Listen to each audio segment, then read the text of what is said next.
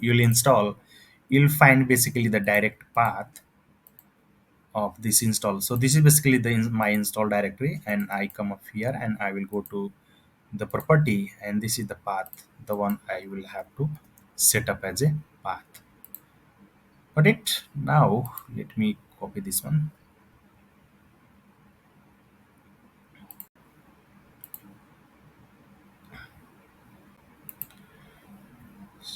So once you will have that path, you can set up here by going to your system environment. Okay, so let me come to that. So since I have already set up, because I have tried that one, so again I will come to property, and here you can search environment variable. Got it?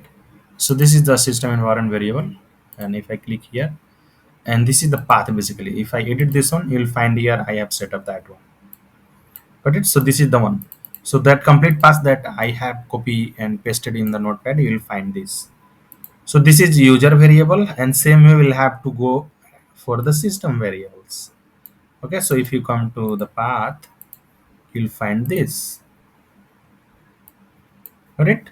So this is how you'll be able to set up the path. So once you are done with, then you will be able to execute the command, the Python related command from the command prompt.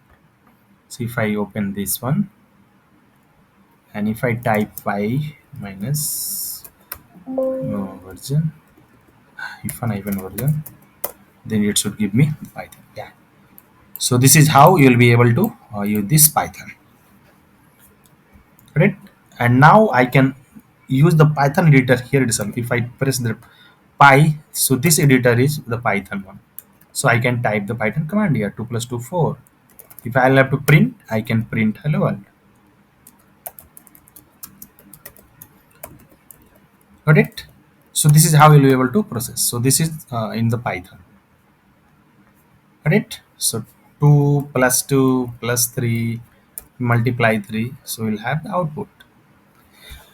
So in the coming video, we'll see each and everything around the password it's step by step. Like we'll start from variable, what are the variable type, what or data type basically, what which is the correct, what are the all options we have. You can declare the variables. Can you start with character, or you can also start with the digit. So we'll see each and everything whatever the cover in any normal programming language. So we'll basically go through each and every concept.